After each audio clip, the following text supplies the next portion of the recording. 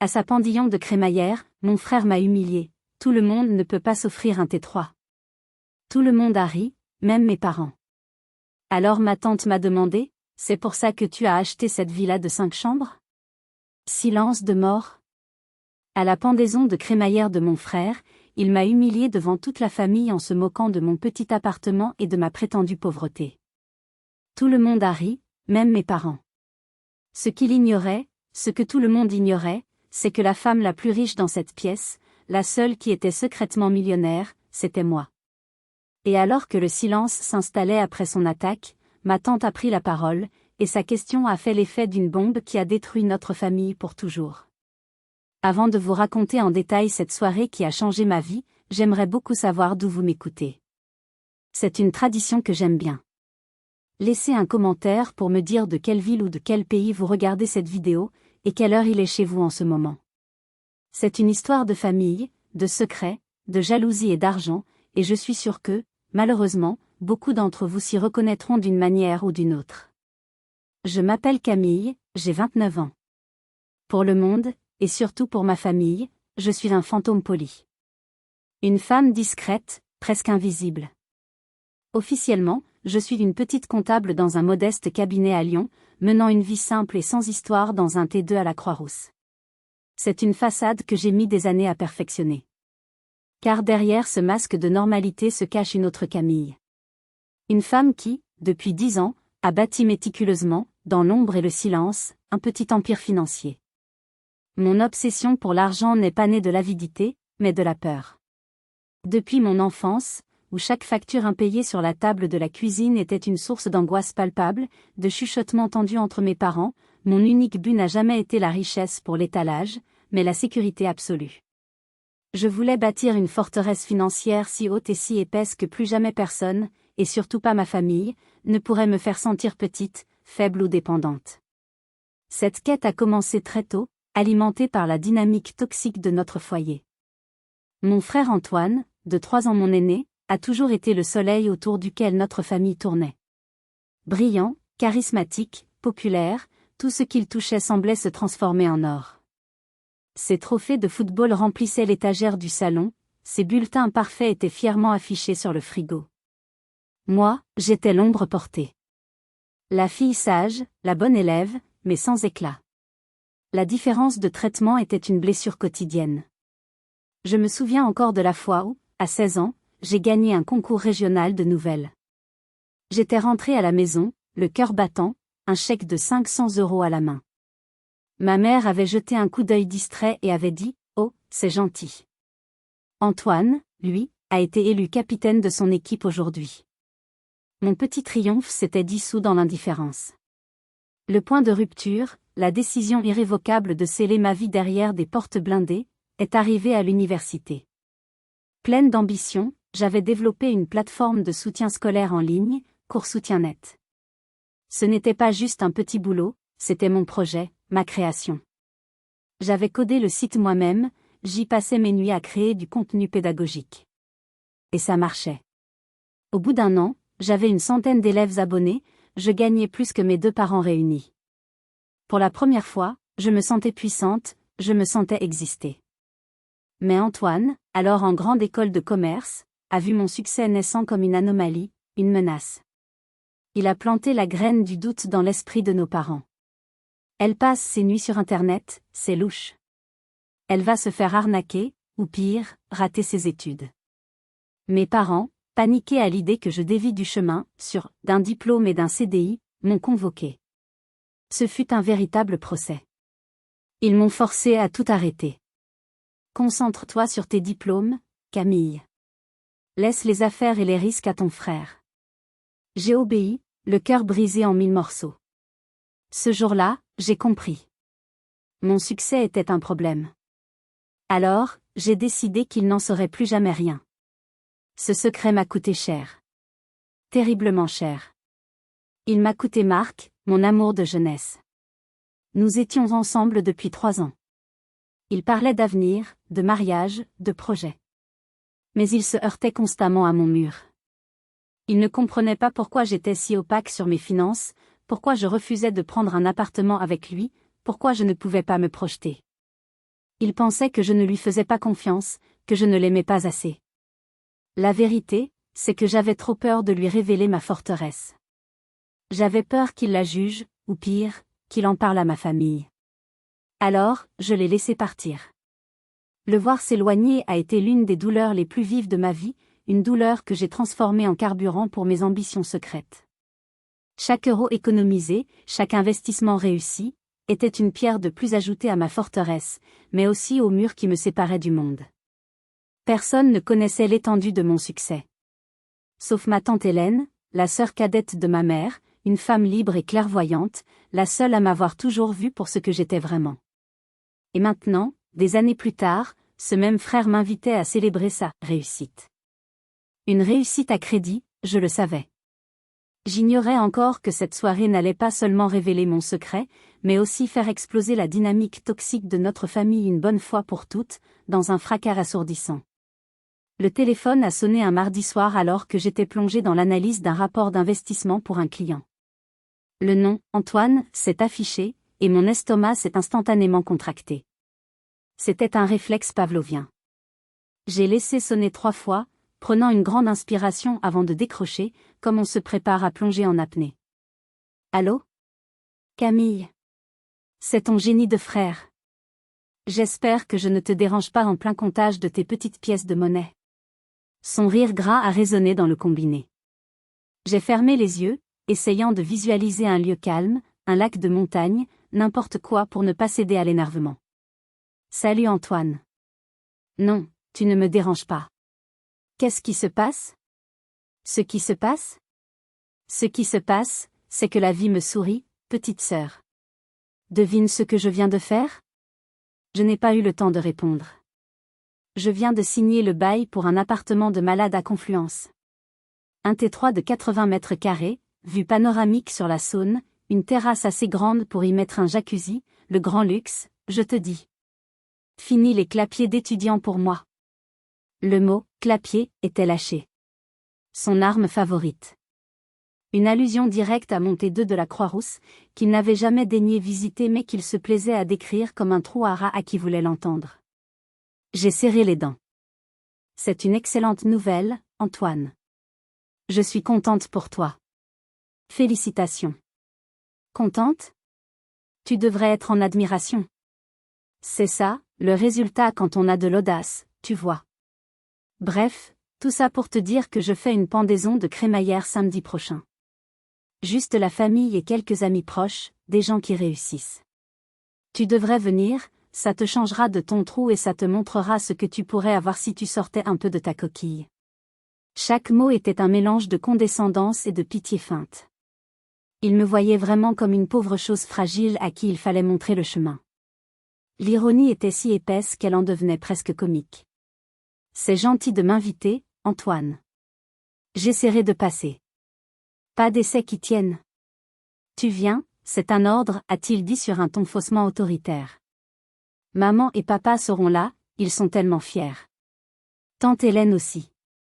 Ça te fera du bien de voir du monde. 19h, et s'il te plaît, fais un effort pour le cadeau. Cet endroit mérite ce qu'il y a de mieux, pas une de tes poteries faites main. Il a raccroché en riant, me laissant avec le bip monotone de la ligne et un goût amer dans la bouche. Je suis restée là, le téléphone à la main, le regard perdu sur l'écran de mon ordinateur où s'affichait la valeur de mon portefeuille d'actions, une valeur qui aurait pu acheter son immeuble tout entier. Mon premier réflexe a été d'appeler Hélène. Elle a décroché avant la fin de la première sonnerie, comme si elle s'y attendait. Alors, le roi Soleil t'a convoqué à sa cour? J'ai éclaté de rire, un rire nerveux qui a libéré une partie de la tension. Comment tu sais toujours tout? Il m'a appelé juste avant toi. Il m'a décrit son appartement pendant un quart d'heure, en insistant bien sur le montant du loyer mensuel. Je crois qu'il espérait que je fasse une crise cardiaque en direct. Je n'ai aucune envie d'y aller, tante Hélène. Je connais le scénario par cœur. Il va parader, mes parents vont le couvrir d'éloges comme s'il avait trouvé le remède contre le cancer, et moi, on va me tapoter la tête en me demandant si mon petit travail se passe bien. Un silence s'est fait à l'autre bout du fil. Puis Hélène a dit, d'une voix soudainement grave, « Et c'est précisément pour ça que tu dois y aller, Camille. » Mais tu n'iras pas comme d'habitude. Tu n'iras pas en victime. Tu iras en sachant qui tu es, et ce que tu vaux. Laisse-le parader dans son palais de location. La vérité, ma chérie, est une force tranquille. Elle n'a pas besoin de faire de bruit pour exister. Ses paroles ont agi comme un baume. Elle avait raison. Fuir n'était plus une option. Le samedi, j'ai passé l'après-midi à me préparer, non pas physiquement, mais mentalement. Pour le cadeau, j'ai longuement hésité. J'aurais pu lui acheter une montre de luxe et la lui jeter au visage. Mais ce n'était pas mon style. J'ai finalement opté pour un magnifique ensemble de couteaux de cuisine japonais, forgés à la main. Un objet de connaisseur, un clin d'œil à sa nouvelle lubie de vouloir se mettre à la grande cuisine. C'était un cadeau cher, mais dont la valeur n'était perceptible que par ceux qui s'y connaissaient. Un cadeau à mon image, discret, mais solide. Pour ma tenue, j'ai suivi la même logique. J'ai sorti de mon dressing un jean brut parfaitement coupé, un simple chemisier en soie bleu nuit, et une paire de bottines en cuir souple. Pas de logo, pas de bijoux ostentatoires. Juste des matières nobles et une coupe impeccable. Je ne voulais pas attirer l'attention, mais je refusais de leur donner une raison de plus de me prendre en pitié. Je me préparais pour une simple soirée de famille, mais au fond de moi, j'avais l'impression de fourbir mes armes pour une bataille inévitable. L'immeuble d'Antoine à Confluence était une tour de verre et d'acier, froide et impersonnelle. Le hall d'entrée ressemblait à celui d'un hôtel de luxe international, avec un silence feutré et une odeur de parfum d'ambiance hors de prix. En attendant l'ascenseur, j'ai observé les autres résidents, des couples en tenue de soirée, des hommes d'affaires parlant fort dans leur téléphone. C'était un monde qui m'était étranger, un monde basé sur l'apparence, sur le « m'as-tu vu ». J'ai partagé la montée vers le 6e étage avec un couple d'amis d'Antoine, que j'ai reconnu à la bouteille de champagne millésimée qu'il tenait. La femme, blonde platine et couverte de bijoux, m'a toisé de la tête aux pieds avec un sourire qui n'atteignait pas ses yeux. « Vous allez aussi chez Antoine ? C'est incroyable ce qu'il a accompli, n'est-ce pas ? C'est un vrai requin, un gagnant. Mon mari dit toujours qu'il ira loin. C'est mon frère, ai-je simplement répondu. Son expression a changé, passant de la condescendance polie à une sorte de pitié curieuse. Oh ! Vous êtes sa sœur ? La comptable ? Le mot était lâché comme si c'était une maladie honteuse. J'ai hoché la tête, un sourire figé aux lèvres. Oui, c'est moi. Debout dans un coin de la cabine, mon cadeau joliment emballé sous le bras, je me sentais déjà jugée, classée, mise dans une case. La porte de l'ascenseur s'est ouverte sur un couloir immaculé. J'entendais déjà les rires et la musique s'échapper de l'appartement 612. J'ai fait une pause, prenant une profonde inspiration. Une partie de moi voulait faire demi-tour, prendre l'ascenseur en sens inverse et rentrer dans le confort silencieux de mon appartement. Mais le regard compatissant que ma tante Hélène m'adresserait si je fuyais m'a arrêté. Je devais y faire face. Rester avec moi, car ce qui m'attendait à l'intérieur était pire que tout ce que j'avais pu imaginer. La porte s'est ouverte avant même que j'aie pu frapper. C'était Antoine, un verre de vin rouge à la main, le visage déjà rougeaud, le sourire triomphant. Ah, la voilà. La petite sœur prolétaire. Entre, ne reste pas sur le paillasson. Viens voir comment vivent les gens qui réussissent. Il m'a arraché le cadeau des mains et l'a jeté sur une pile déjà chancelante dans un coin. L'appartement était bondé. Une quinzaine de personnes se pressaient dans un salon meublé de canapés en cuir blanc et de tables basses en verre. La fameuse baie vitrée donnait sur les lumières de la ville, un spectacle impersonnel et froid, tout comme l'ambiance qui régnait. Mes parents sont arrivés peu après. Ma mère, en voyant le salon, a porté les mains à sa bouche dans un geste théâtral. Oh, mon chéri, c'est un palais. Je suis si fière de toi, si tu savais. Mon père, lui, a donné une grande claque dans le dos à son fils. Ça, c'est mon garçon. Il n'a pas peur de dépenser pour montrer sa réussite.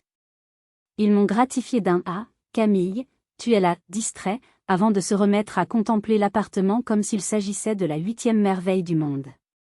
Puis Chloé, la petite amie d'Antoine, a fendu la foule. Elle était vêtue d'une robe rouge si moulante qu'elle semblait avoir été peinte sur elle. Elle a glissé un bras autour de la taille d'Antoine et m'a scanné avec un air d'ennui. « Ah, c'est toi, Camille. Antoine m'a dit que tu viendrais. Alors, la comptabilité, c'est toujours aussi passionnant? C'est un métier qui demande de la rigueur, Chloé, ai-je répondu, ma voix plus calme que je ne le pensais. Elle a eu un petit rire méprisant. De la rigueur? Mon Dieu, heureusement que certains d'entre nous ont des vies un peu plus ambitieuses et créatives. Elle s'est détournée sans attendre de réponse, me laissant seule au milieu du salon. J'étais un fantôme. Un fantôme habillé simplement dans une fête de Pan. Chaque conversation que je surprenais était une surenchère. Ma nouvelle Audi, on part aux Maldives en février, mon bonus cette année. C'était écœurant de superficialité. Si vous aviez été à ma place, à ce moment précis, qu'auriez-vous fait? Seriez-vous parti en claquant la porte et en les traitant de snobs? Ou seriez-vous resté, en silence, pour voir jusqu'où leur mépris pouvait aller? Dites-le-moi sincèrement en commentaire, votre avis m'intéresse. J'ai choisi de rester. Non par masochisme, mais par une sorte de curiosité morbide. Et parce que j'ai aperçu ma tante Hélène qui me faisait un clin d'œil discret depuis l'autre bout de la pièce. Son regard disait, « Tiens bon. Le spectacle ne fait que commencer. » Je me suis donc servi un verre de vin, me suis adossé à un mur, et j'ai observé. J'observais mon frère se pavaner, mes parents le regardaient avec des yeux pleins d'étoiles, et leurs amis rivalisaient de flatteries. Je me sentais comme une anthropologue découvrant les rituels étranges d'une tribu inconnue. Puis, le dîner fut servi. Et avec lui, le plat principal que je n'attendais pas, l'humiliation publique. Nous étions tous attablés autour d'une grande table improvisée, un assemblage précaire de la table de salle à manger et de plusieurs tables pliantes recouvertes d'une nappe blanche. Le repas, commandé chez un traiteur à la mode, était servi dans des plats en plastique chic. L'illusion du luxe était partout. Je me suis retrouvée assise entre un cousin éloigné qui ne parlait que de ses problèmes de plomberie et une amie de Chloé qui passait son temps à prendre des selfies avec son assiette. L'ambiance était bruyante, artificielle. Je mangeais en silence, essayant de me faire la plus petite possible. Soudain, au milieu du plat principal, Antoine a tapé sur son verre avec sa fourchette. Le son aigu a fait taire les conversations les plus animées. Le silence s'est fait, lourd d'attente. Tous les regards se sont tournés vers lui. Il s'est levé, son verre de vin à la main, savourant son moment, tel un acteur entrant en scène sous les feux des projecteurs. Mes amis, ma famille, a-t-il commencé d'une voix forte et assurée. Je voulais vous remercier d'être tous là ce soir pour célébrer avec moi cette nouvelle étape importante de ma vie. Cet appartement, ce n'est pas juste un tas de briques et de béton. C'est le symbole de quelque chose. C'est le symbole du travail acharné, des risques que l'on prend, de l'ambition qui nous pousse à nous dépasser. Des murmures d'approbation ont parcouru la table. Mon père, assis à sa droite, hochait la tête vigoureusement, les yeux embués de fierté. Ma mère le regardait comme s'il était un dieu grec descendu de l'Olympe. Le regard d'Antoine a alors balayé l'assemblée, s'arrêtant sur chaque visage avec un sourire satisfait. Et puis, son regard s'est posé sur moi. Le sourire s'est élargi, mais il s'est teinté d'une lueur cruelle, une lueur de prédateur que je ne connaissais que trop bien depuis l'enfance. Mon estomac s'est noué. Je savais que j'étais sa prochaine cible. Bien sûr, a-t-il continué, sans me quitter des yeux, tout le monde n'a pas cette mentalité de gagnant. Il faut savoir sortir de sa zone de confort, investir en soi-même, voir grand. Il a fait un geste théâtral dans ma direction. Prenez ma sœur Camille, par exemple. Le silence est devenu plus lourd. Je sentais tous les regards converger vers moi. Mon visage a commencé à me brûler. Je fixais mon assiette, mais je sentais le poids de leur pitié et de leur curiosité. Elle vit encore dans son petit T2 à la Croix-Rousse, comme une étudiante, alors qu'elle a presque 30 ans, a-t-il lâché. Quelques rires étouffés se sont fait entendre, notamment celui de Chloé et de ses amis. J'ai risqué un coup d'œil vers mes parents. Ils souriaient. Un sourire indulgent, amusé. Comme si la blague de leur fils était non seulement drôle, mais aussi pertinente. Mon cœur s'est serré. Je lui dis toujours, Camille, il faut prendre des risques dans la vie. Mais je crois qu'elle est plus douée pour compter ses petites économies et les mettre dans sa tirelire que pour bâtir quelque chose de vraiment grand. Cette fois, le rire a été plus général. C'était un rire gras, méprisant. Et là, il a décidé de porter le coup de grâce, en se penchant légèrement vers moi par-dessus la table, pour que tout le monde entende bien. N'est-ce pas, Camille? On se souvient tous de tes petits projets à l'université qui n'ont jamais vraiment abouti. Il faut plus que des bonnes notes pour réussir dans la vie. La référence. La blessure secrète. Court soutien net. Il venait de la jeter en pâture à cette meute de loups. C'était un acte d'une cruauté inouïe. Il ne se contentait pas de me rabaisser sur ma situation présente, il exhumait mes échecs passés pour mieux les exposer. Mais bon, a-t-il conclu en levant son verre bien haut, je suppose que tout le monde ne peut pas s'offrir un T3 comme celui-ci. Il faut avoir les épaules et le courage pour ça. Alors, à ma réussite, et à ceux qui osent. À ta réussite, a repris en chœur l'assemblée, levant leur verre. Le rire de mes parents, qui s'est mêlé aux autres, a été la goutte d'eau qui a fait déborder un vase plein de 20 ans de déception. Mon monde intérieur s'est effondré. Je voulais disparaître, me transformer en poussière. J'ai baissé la tête, fixant le tourbillon de couleurs dans mon assiette, luttant de toutes mes forces contre les larmes de rage et d'humiliation qui menaçaient de couler. C'en était trop. C'était l'humiliation de trop. Mais alors que je pensais avoir touché le fond, dans le silence qui suivait les applaudissements, une voix s'est élevée. Une voix calme, claire, et tranchante comme une lame de rasoir. Une voix qui allait changer le cours de la soirée, et de ma vie. Alors que les rires et les félicitations commençaient à peine à s'estomper, la voix de ma tante Hélène a traversé la table. Elle n'a pas élevé la voix. Elle a parlé d'un ton parfaitement conversationnel, ce qui a eu pour effet de capter immédiatement l'attention de tout le monde. Antoine, a-t-elle commencé, en ajustant ses lunettes et en le regardant droit dans les yeux. Tu es absolument certain de vouloir donner des leçons de gestion financière à qui que ce soit dans cette pièce ce soir? Le sourire triomphant d'Antoine s'est figé.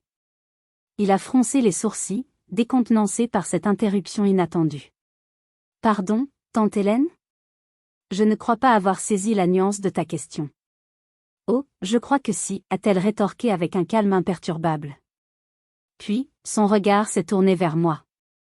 C'était un regard plein de tendresse, mais aussi d'une colère froide et déterminée. Camille, ma chérie, je crois que tu m'avais dit quelque chose l'autre jour, mais ma mémoire me fait défaut. Tu ne m'avais pas dit que les excellents bénéfices de tes investissements immobiliers t'avaient justement permis de faire une offre pour cette grande villa dans les Monts d'Or? 5 chambres, une piscine. C'est bien ça, ou est-ce que je confonds? Silence de mort. Un silence total, absolu, si dense qu'on aurait pu l'entendre tomber. Les sourires étaient morts sur les lèvres. Les fourchettes étaient restées suspendues en l'air. Tous les regards, comme dans un match de tennis, passaient de ma tante à moi, puis à Antoine, dont le visage avait viré du rouge à un blanc cireux. Ma mère a été la première à briser le silence, avec un petit rire nerveux et strident. Mais Hélène, qu'est-ce que tu racontes? Ne dis pas de bêtises. Une villa? Notre Camille? Tu dois te tromper de nièce, ma pauvre sœur. Non, Micheline, je ne me trompe pas du tout, a insisté ma tante, son ton devenant plus ferme. Je ne confonds jamais mes nièces. Surtout pas celle qui a un sens des affaires plus aiguisé que n'importe qui à cette table. Antoine a retrouvé sa voix, mais elle était méconnaissable, étranglée par l'incrédulité et la rage. C'est complètement absurde. C'est n'importe quoi. Elle n'a même pas les moyens de... Il n'a jamais pu finir sa phrase. Parce que je me suis levée. Lentement, calmement, j'ai repoussé ma chaise. J'ai posé ma serviette délicatement sur la table.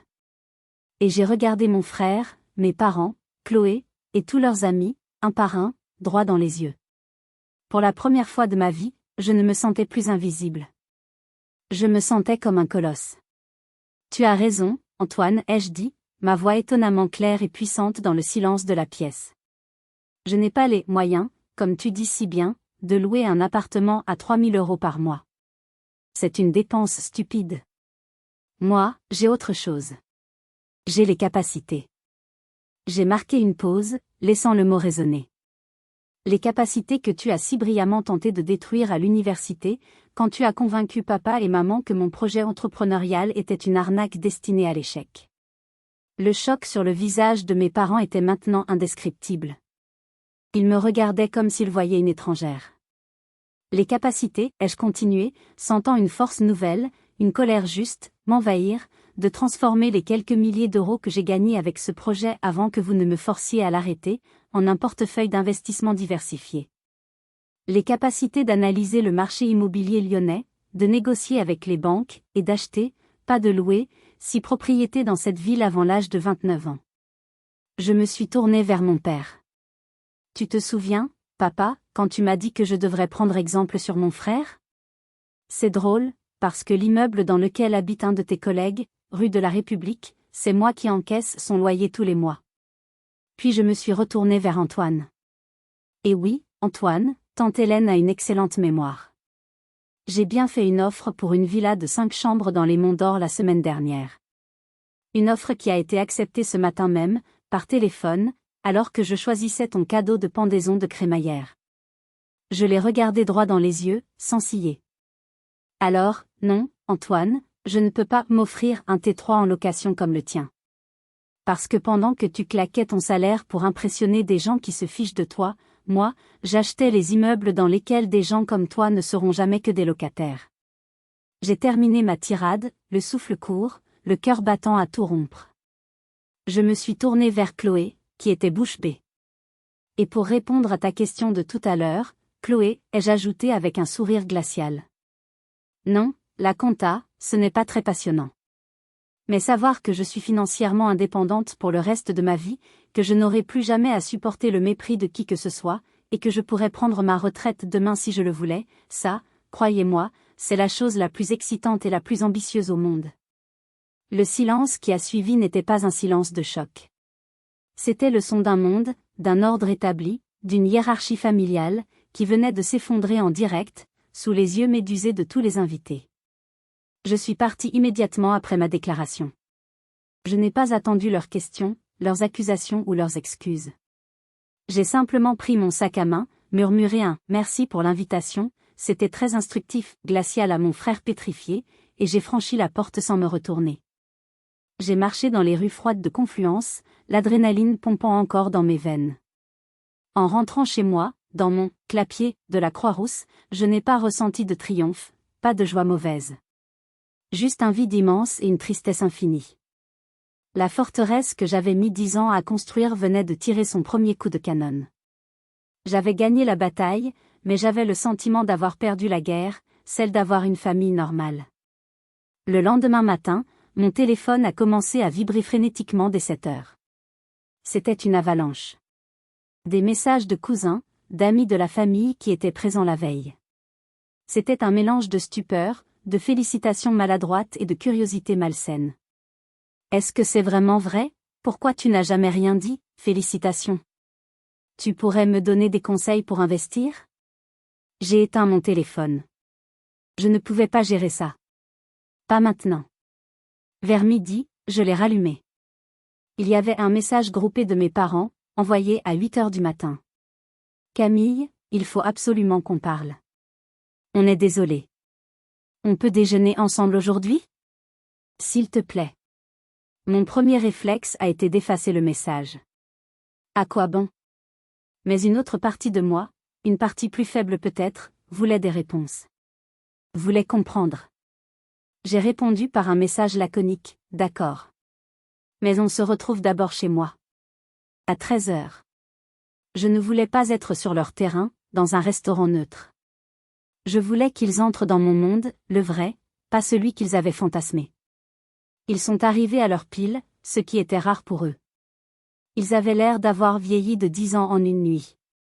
Mon père tenait maladroitement un bouquet de fleurs, ma mère avait les yeux rougis. En entrant dans mon appartement, leur regard a balayé la pièce.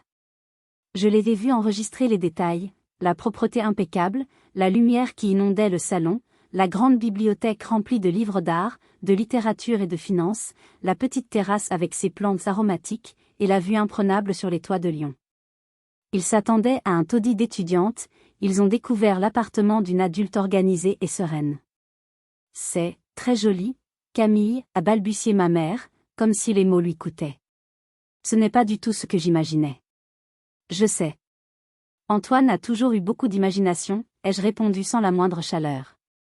Ce n'est pas un palace, mais c'est à moi. Je l'ai acheté content il y a 5 ans. Le mot « content » a semblé les frapper physiquement.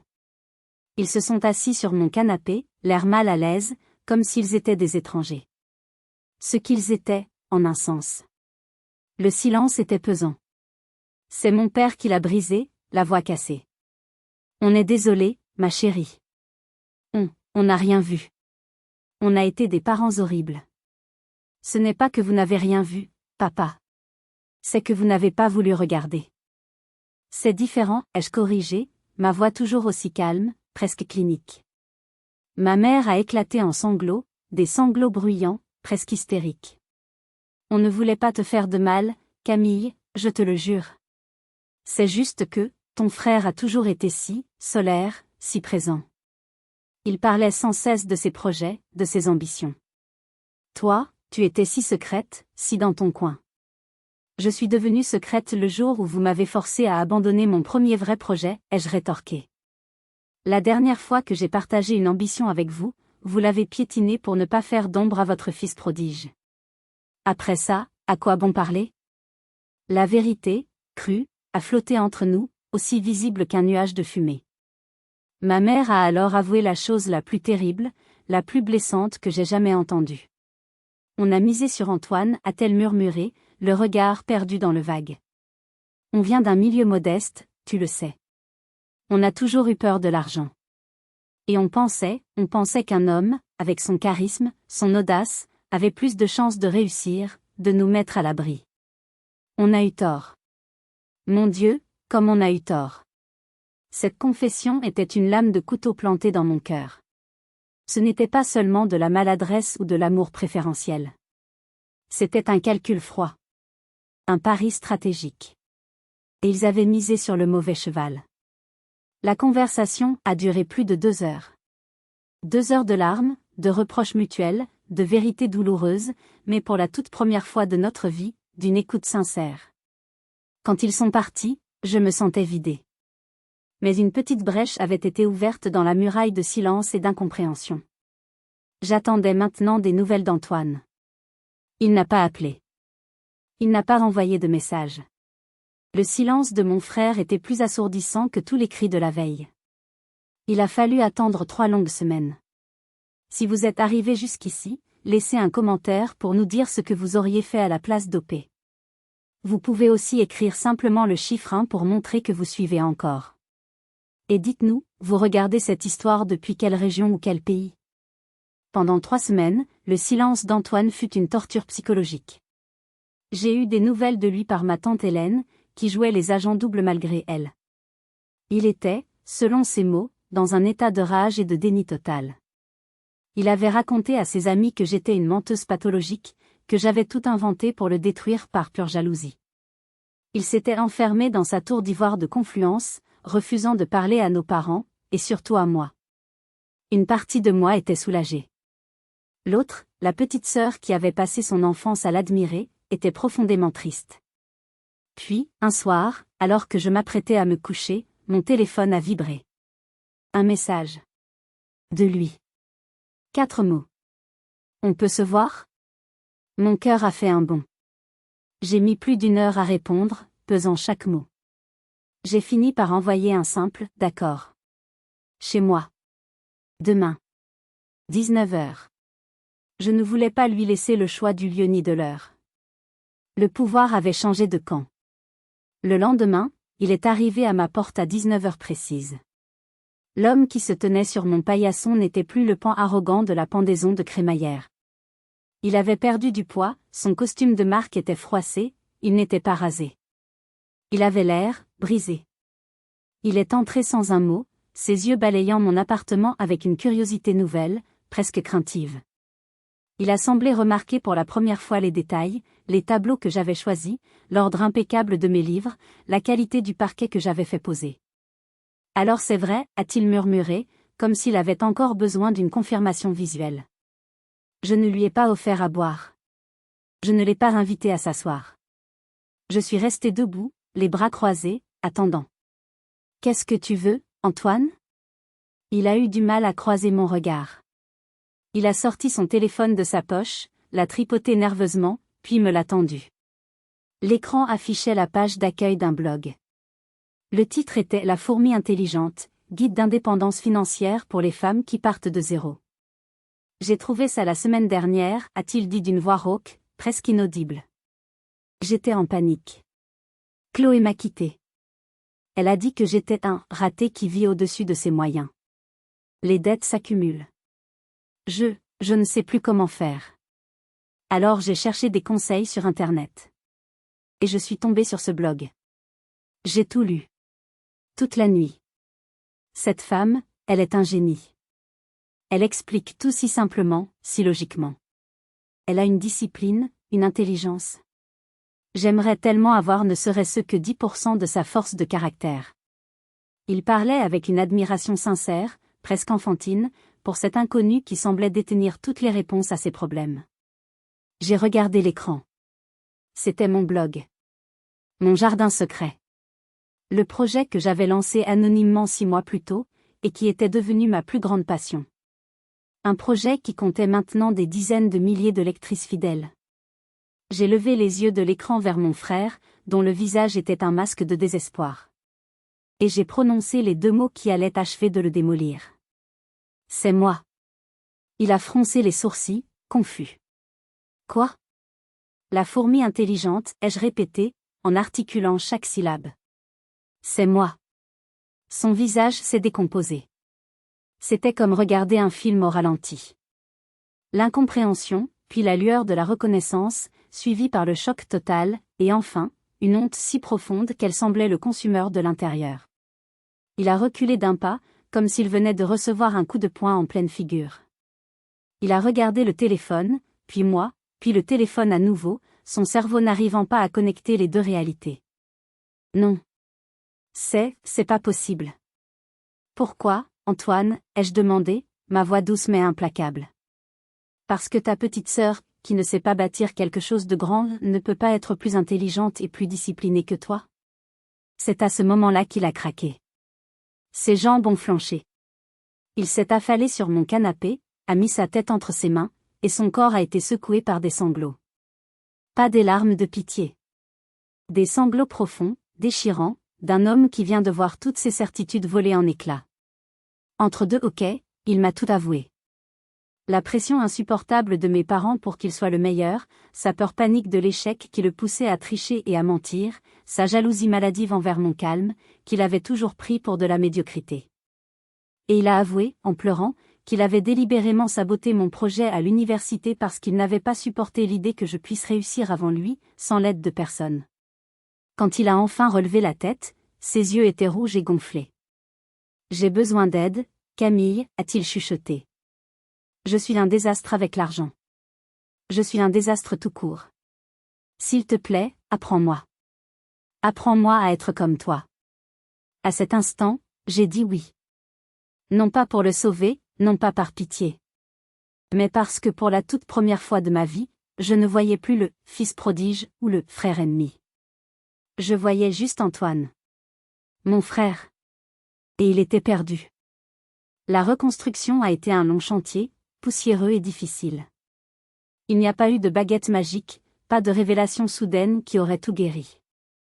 J'ai accepté d'aider Antoine, mais j'ai posé des conditions dignes d'un prêt du Fonds monétaire international.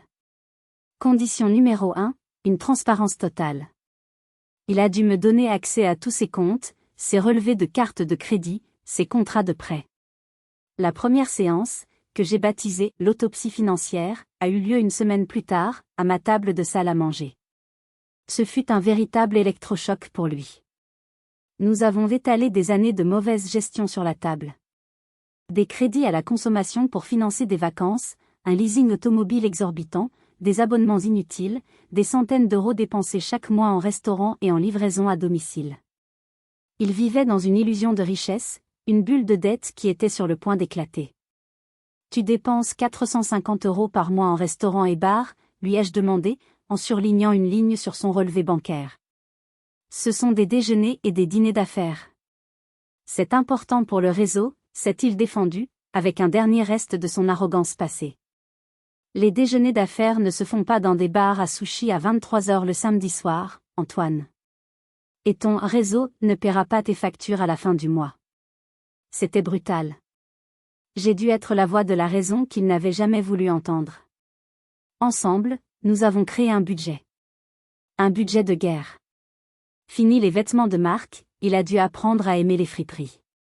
La BMW en leasing a été remplacée par une Clio d'occasion qu'il a payée avec l'aide de nos parents, un prêt, cette fois, avec un tableau de remboursement que j'ai moi-même rédigé. Il a appris à cuisiner, à comparer les prix au supermarché. C'était une humiliation quotidienne pour l'homme qu'il avait été, mais c'était la seule voie vers la rédemption. Comme je l'avais pressenti, Chloé n'a pas supporté ce nouveau style de vie. Elle l'a quitté un mois après le début de notre thérapie financière. Je suis tombée amoureuse d'un loup de la finance, pas d'un petit comptable qui compte ses centimes, lui a-t-elle lancé en partant. Son départ a été un coup terrible pour son ego, mais, je crois, une bénédiction pour son âme. Libéré de la pression de devoir l'impressionner, il a pu se concentrer sur l'essentiel. Mais la partie la plus difficile n'était pas l'argent. C'était la dynamique entre nous. J'ai imposé une deuxième règle, non négociable. À chaque fois que nous nous voyions, il devait commencer par me poser des questions sincères sur ma semaine, mon travail, mes projets. Et il devait écouter les réponses sans m'interrompre. Au début, c'était d'une maladresse presque comique. Alors, ton travail, ça va? Mais peu à peu, une véritable curiosité est née en lui. Il a commencé à comprendre la complexité de mon métier, à admirer la stratégie derrière mes investissements. Il est passé de la jalousie à un respect prudent, puis à une véritable admiration. Pendant ce temps, ma relation avec mes parents se transformait aussi. Ils étaient devenus incroyablement prudents avec moi, presque craintifs de dire la chose de travers. Ils m'appelaient régulièrement, juste pour prendre des nouvelles. Mon père m'envoyait des articles du Monde sur l'économie, ma mère me demandait des conseils pour son potager. C'était maladroit, mais c'était réel. J'ai appris à leur pardonner, non pas pour effacer le passé, mais pour me libérer de son poids. La rancœur est un poison que l'on boit en espérant que l'autre meure. J'ai décidé d'arrêter de le boire. Mon blog, La Fourmi Intelligente, a continué de prospérer. Forte de ma nouvelle assurance, j'ai décidé de sortir de l'anonymat. J'ai publié une photo de moi, j'ai raconté une partie de mon histoire. L'accueil a été incroyable. J'ai été inondée de messages de femmes qui se reconnaissaient dans mon parcours. J'ai commencé à organiser des ateliers gratuits, puis des conférences payantes. Aider les autres, leur donner les clés de leur propre indépendance, est devenu une passion, un but bien plus profond et gratifiant que le simple fait de voir les chiffres de mon compte en banque augmenter. La blessure originelle qui m'avait poussé à construire ma réussite en secret était en train de devenir la source de mon plus grand épanouissement. 6 mois plus tard, jour pour jour après la pendaison de crémaillère, nous nous sommes tous réunis dans un bon restaurant pour fêter l'anniversaire de mariage de mes parents. L'atmosphère était méconnaissable. Plus calme, plus douce, plus authentique. Antoine, aminci, le visage plus reposé, a demandé s'il pouvait porter un toast. Un silence chargé d'émotions s'est installé. J'ai retenu mon souffle. Le restaurant que mes parents avaient choisi était une vieille brasserie lyonnaise, chaleureuse et sans prétention, aux antipodes du bar lounge Tapa Accent Graveleuil où Antoine avait célébré sa pendaison de crémaillère. Les murs étaient couverts de boiseries sombres, les banquettes en velours rouge étaient usées par le temps, et l'air embaumait le beurre et le vin. C'était un lieu authentique, un lieu où l'on ne pouvait pas tricher. La conversation, pour la première fois depuis des années, était équilibrée. Mon père ne me posait plus de questions pour tester mes connaissances, mais par réelle curiosité. Il me racontait ses propres lectures, me parlait de ses inquiétudes pour sa retraite. Ma mère, au lieu de ne parler que de la dernière promotion d'Antoine, me questionnait sur mon blog, sur les femmes que je rencontrais lors de mes ateliers. Elle semblait fascinée par ce monde qu'elle ne connaissait pas. C'est incroyable, ce que tu fais pour elle, ma chérie, m'a-t-elle dit, sa main posée sur la mienne. Antoine, lui, était transformé. Il écoutait plus qu'il ne parlait. Quand il parlait, ce n'était plus pour se vanter. Il racontait avec humour ses déboires de cuisinier débutant, ses découvertes dans les magasins de seconde main. Il semblait plus léger, libéré d'un poids invisible. Il nous a appris qu'il avait quitté son poste dans le marketing, un milieu qui le rendait malheureux et le poussait à la dépense. Il avait accepté un poste de commercial dans une PME de la région qui vendait des matériaux de construction écologique.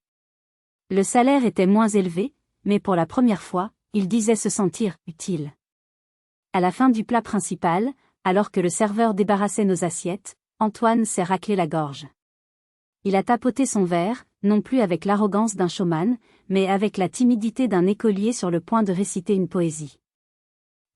J'aimerais dire quelque chose, a-t-il commencé, sa voix un peu tremblante. Nous nous sommes tous tournés vers lui. Mon cœur s'est mis à battre un peu plus vite. Aujourd'hui, on fête votre 40e anniversaire de mariage, maman, papa. C'est énorme. Et je veux vous remercier de m'avoir toujours soutenu, même quand je ne le méritais pas. Surtout quand je ne le méritais pas. Il a fait une pause, a pris une grande inspiration, puis son regard a croisé le mien à travers la table. Mais ce soir, je veux surtout porter un toast à ma sœur. Camille. Un silence ému s'est installé. Ma mère a sorti un mouchoir. Pendant 30 ans, a-t-il continué, j'ai vécu dans l'illusion que la vie était une compétition. Une course où je devais être le premier, le plus brillant, le plus admiré. J'ai passé ma vie à courir après la lumière des projecteurs, sans me rendre compte que la vraie lumière, la plus chaude et la plus bienveillante, était juste à côté de moi, dans l'ombre que je projetais bêtement sur elle. Les larmes ont commencé à couler sur mes joues. Ce n'étaient pas des larmes de tristesse, mais de soulagement. Elle m'a appris que la vraie richesse, ce n'est pas ce que l'on montre sur un relevé de compte, mais ce que l'on construit en soi. Elle m'a appris la discipline, l'honnêteté, et surtout, l'humilité. Quand j'étais au fond du trou, quand tout le monde me tournait le dos, elle a été la seule à me tendre la main. Elle ne m'a pas donné d'argent. Elle m'a donné bien plus. Elle m'a donné les outils pour me reconstruire. Il a levé son verre d'eau vers moi. Son regard était clair, sincère, sans aucune trace de l'ancien Antoine. Alors, à Camille. Pour m'avoir pardonné d'avoir été un frère aveugle et un concurrent stupide pendant bien trop longtemps. Et aussi, pour vous annoncer officiellement que, grâce à ses conseils et à mon nouveau travail, j'ai soldé la dernière de mes dettes la semaine dernière. Je suis libre. Et je suis heureux. Il a bu son verre d'un trait. Mes parents pleuraient ouvertement maintenant, mais c'étaient des larmes de joie. J'ai levé mon verre à mon tour, les yeux brillants. À nous, Antoine, ai-je murmuré. Au commencement du reste de notre vie. Ce dîner d'anniversaire n'a pas été une fin, mais un véritable commencement. Un an s'est écoulé depuis ce dernier toast. Une année de première fois, une année pour apprendre à être une famille différemment. La reconstruction n'a pas toujours été un chemin de roses. Il y a eu des moments de doute, des retours en arrière. Mes parents, parfois, retombaient dans leur vieux schéma, s'inquiétant plus pour l'avenir professionnel d'Antoine que pour le mien, simplement par habitude. Mais la différence, c'est que maintenant, nous pouvions en parler. Maman, je sais que tu t'inquiètes pour lui, mais j'ai aussi une grosse conférence la semaine prochaine, et j'aimerais bien que tu me demandes comment je me sens, ai-je pu dire un jour, sans colère, juste avec le désir d'être vue. Et elle a entendu. Elle s'est excusée et m'a posé des questions. C'est un apprentissage constant. Antoine a radicalement changé de vie. Son travail dans les matériaux écologiques le passionne. Il gagne moitié moins qu'avant, mais il rentre le soir avec le sourire. Il est devenu un apôtre de la frugalité, trouvant une fierté non plus à dépenser, mais à économiser. Il m'envoie des photos de ses plats faits maison, de ses trouvailles en brocante. Il a rencontré quelqu'un. Une femme simple, une infirmière, qui aime l'homme qu'il est devenu, pas celui qu'il prétendait être. Pour la première fois, je le vois heureux. Notre relation est devenue solide.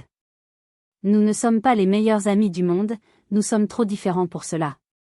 Mais il y a entre nous un respect profond, une affection sincère et une complicité nouvelle. Il est le premier à lire les articles de mon blog et à me donner son avis. Mon blog, justement.